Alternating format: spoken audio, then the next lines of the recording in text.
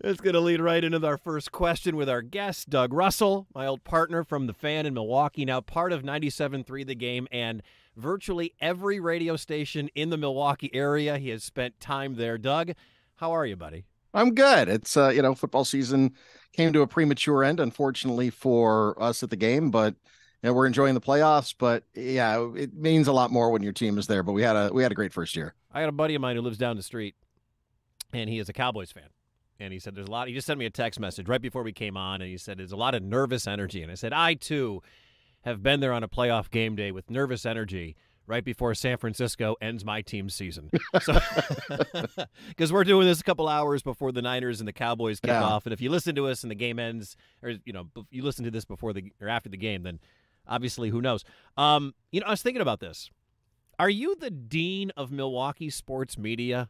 Because I got a list. Is the list Euchre and then you who've been around the longest? No, Jim Van Voren has been around for a long time. He's been around for longer than I have. I think he started in 1989 at Fox 6. Dan Needles retired, so everybody moves up a chair, so I moved up a chair. But I'm not on the Mount Rushmore yet, but okay. We're getting there. I was like, Silverstein, has he been there longer than Doug? Yes, he has. Has Lance Allen been at TMJ longer than you? Lance got to TMJ during my first stint at TMJ. So I first got to TMJ in 96, and I think Lance got there in 97. But I know I was there first. The difference is his hair hasn't changed since 97, whereas his is still fabulous in TV hair, whereas the rest of us, it's going away. The rest of us. I got a 2-car garage that's growing every day, going straight up the middle. I never have a bad hair day, though. No. Never have a bad hair day. You posted on Facebook about the game being the new flagship and your first year. When you were, living in Wisconsin your whole life and listening to and becoming part of Wisconsin sports media, did you ever think the Packers would leave TMJ? No. And having worked, again, starting at TMJ in 96, left in 2000 for 13 years, worked with you during some of that time. It was just a given. We had a thing on Capitol Drive. They're not on Capitol Drive anymore. No, they moved. Yeah, they did. They moved downtown, but we had a thing on Capitol Drive. It was called the Packers rule. And I'm like, well, what's the Packers rule? It's like, that's just it. The Packers rule. If there's a Packers story, it leads. Gene Miller, who recently retired. Well, I guess it's been over a year now that he's retired from the morning man job on Wisconsin's Morning News. I had the blessing to work with him for 5 years. He's my other morning show partner. You're one of them. He's the other one. A lot of partners. I've had a few. Yeah. Scott Wetzel's in that group. But Gene Miller used to have a saying, and it was all we are. Every show, whether it was Wisconsin's Morning News or Steve Scafidi or Charlie Sykes for so many years or Jeff Wagner, Wisconsin's Afternoon, whatever it was, we're all just filler in between severe weather and Packers. Sounds about right. Yeah. So, yeah. The two things that, in my 10 years there, was the two things that moved the needle, the Packers and weather. And that was everything. Bucks, Brewers, Badgers, that doesn't matter. It was those two things. Yeah, we had a news director, Dan Shelley, who now is an executive in New York running the radio. It used to be the RNTDA. Now I think they flipped a couple letters to add digital in there, but high level executive. He was our news director for a number of years.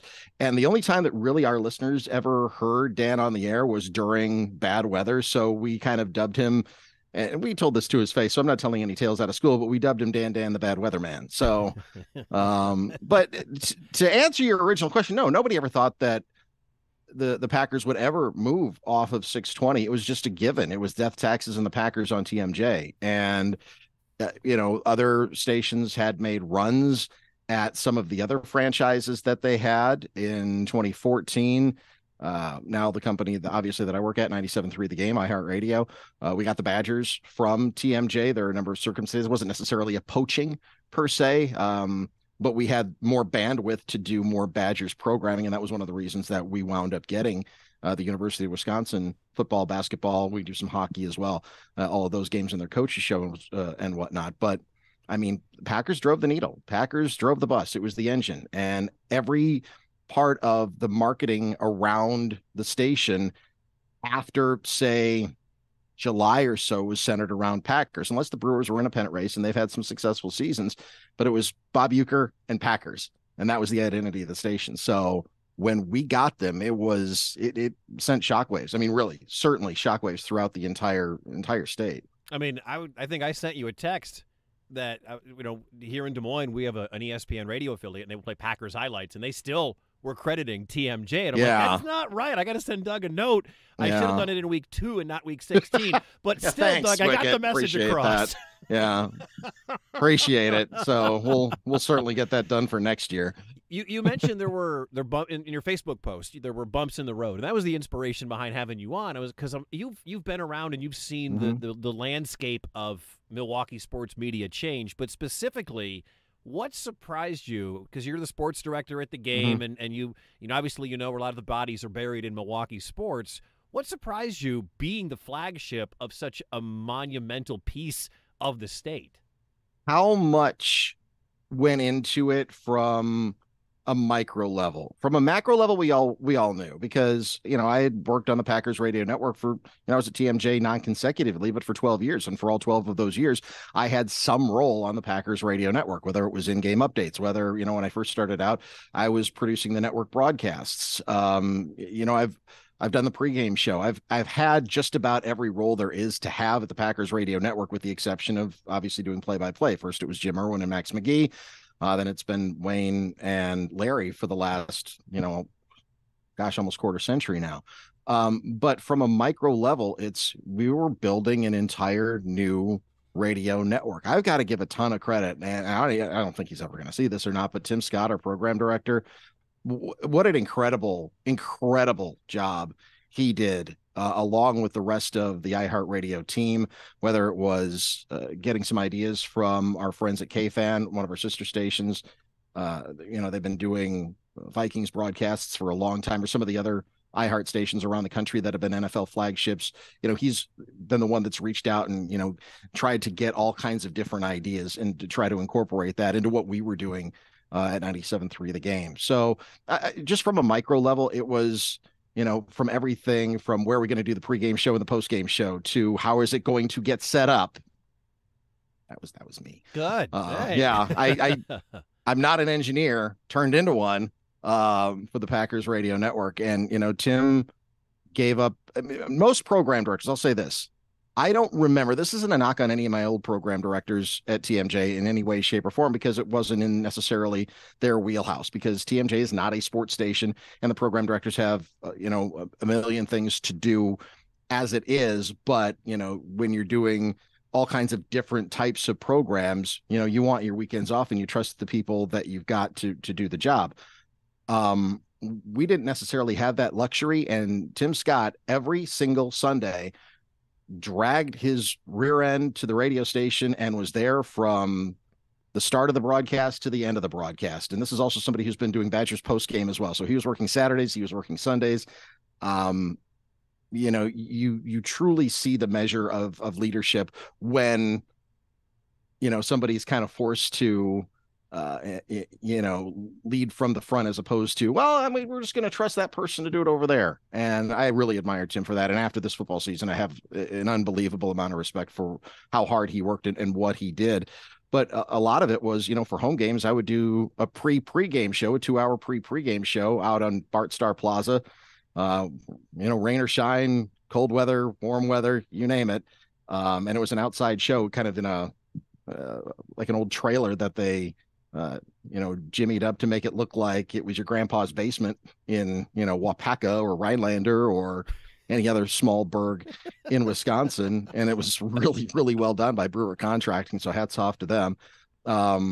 So after that pregame show, then Steve Zabin would come in and Josh Albrecht, they would do a show. And then I would run into the stadium and start setting up equipment. So it was just kind of nonstop. And I had never done that before, because we had always had engineers at TMJ that would do that. Well, the engineer was me. For the actual game broadcast, we were fortunate enough to still have Scott Pfeiffer for this past season, who's been the Packers radio network engineer for so many years. But other than that, it was, taping down lines, and it was making sure everything worked, making sure the PA worked, working with the Packers in-house audio folks to make sure that the PA for the pregame show and the postgame show were, rattling around through the catacombs of the stadium. So that's what surprised me more than anything else, how much of an engineer I had to be, but just all the intricacies of how everything worked. From not a Tim Scott level, but just underneath Tim Scott, just kind of seeing how everybody kind of came together and did it. It was pretty remarkable. I remember the first time I heard live sports on FM when I was living in Detroit, and one of the stations that is now the main sports station was a rock station. It was 97.1, and they carried the Lions. And forever, everybody had sports on AM. And I remember the first time I was driving around with my dad on a Sunday, and we turned on the Lions game, and sports sounds so weird on FM if you'd never heard it before. Sure. What was it like when you first heard the Green Bay Packers, as a guy who spent his entire life in Wisconsin listening on 620 to hear it in crystal clear FM? I had a little bit of a head start advantage of that because very early in my career, I was at KFIZ in Fond du Lac, and it was KFIZ AM and KFIZ FM, and we were a Packers affiliate, so we got to hear it on FM there. So I'm a little bit more used to it than I think everybody in Milwaukee was. Yeah, I was going to say Milwaukee sure as heck wasn't used to it. Right. And obviously it's so crystal clear. It sounds so good on FM on that band. And, once Packers fans found us, because when the first game rolled around, that game against the Vikings, because nobody pays attention. Let's be honest. Nobody pays attention. How many people were still tuning in? They're like, why are we talking about the stock market? What's going on here? They're still not listening to the right station. Yeah, I don't have any insight as to how many times people rang. I mean, Doug, they're still getting Adanazio's name wrong. Okay. Right. Let's be real here. Okay. Yeah. So I don't know how much, I think our listeners knew because, I do 6 updates a day, and my tagline is on your home for Packers football. 97.3 the game. So our listeners knew. It was just a matter of educating everybody else. And I'm not sure exactly how many times the phone rang over on Capitol Drive, because I think they were still over there when the season began. Maybe it wasn't. But yeah, I think it confused a lot of people for a long time, especially our friends over at ESPN in Bristol, apparently, for the highlights. They still were crediting Wayne Larrivee on TMJ. They were doing the same thing with Ted Davis when I listened to Bucks highlights. Like, dude, that guy's been gone for a bit now. Yeah. Well, and the number one question that we got when we first got the Packers rights is, what's going to happen to Wayne and Larry? I'm like, well, they're coming along, of course. Don't worry. Wayne and Larry are safe. Okay. Wayne Larrivee is, they're both Hall of Famers. They're both in the Wisconsin Broadcasters Association Hall of Fame. They're treasures. Do you think we would ever intentionally get rid of those two? We're gonna ditch Wayne for mad? Mike Heller. Don't worry. Yeah. I love Come Mike. on. Oh, I know. Mike did a Badgers game this year. Mm-hmm.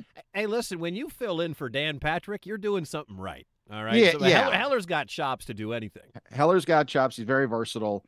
Still owes. The studio is sponsored by White Claw. Like, that guy's got it going on, man. I need to get a sponsorship in here or something. You do. I see a jersey. If you're not watching the video, Doug's got a jersey. What is that behind you? That's the late Charles White. 1979, okay. Yeah, 79 Heisman Trophy winner who recently passed away. So he hangs in there he is. He hangs in memory. He's watching over behind me. Yes, he's watching over us. Now, apparently Now, I don't know if this is just going to turn into urban legend, but apparently as he was passing, his family piped in the USC band. So he was the USC fight song led him into the great beyond. So that's just a good way to go. Talking about USC football could take us in a bunch of different directions. Right. Another year of Lincoln Riley disappointment, and you're going to enjoy that for the rest of your time. But we're not talking about that here. They won 4 games last year under Clay Helton. And Darren won. We're okay. Well, I'll take it. What improvements do you think, from a listener's perspective and a behind-the-scenes perspective, that you have to work on for next year? I think we just have to get cleaner. There's no such thing as a perfect broadcast, right? Whether it's any show that I do, this show, there's always, it took me a half an hour just to figure out how to use Zoom for crying out loud. We were 20 minutes late because Doug was trying to figure out how to update Zoom. So that is true. So just fire up the coal plant and here we go. So no broadcast is perfect. So I think that we need to just maybe be a little bit cleaner on some of the exchanges. We use Skylink as our distribution partner. Some things like that. A couple, 1 or 2 things that most listeners probably don't notice, but we notice.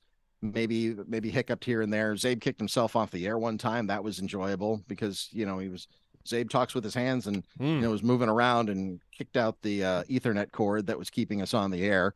And so we would like to not have that happen. Okay. Next year, that would be swell. Okay, stay on the air. Step one, stay on the air. Okay. Step one. Broadcast game. Other than that, it'll work itself out. When December rolls around, maybe heat in the pregame show. Oh, there was no heat in there. Oh, no. Oh, it was like, Doug, back when we did the toy drive in 2007. No, we had heat. Wicket, we had heat. We had no walls. That's right. We had no walls, but we had that the propane tank that was pumping heat through the thing. We had nothing. We had no walls in this tent that was blowing in the week after Thanksgiving. For the first week of December in Milwaukee, you and me for 4 hours out there. And finally, once we got off the air, that's when they brought okay, maybe we should actually have some structure here to this. We had no walls to nothing. That was freezing. Did I lose you? Oh, no.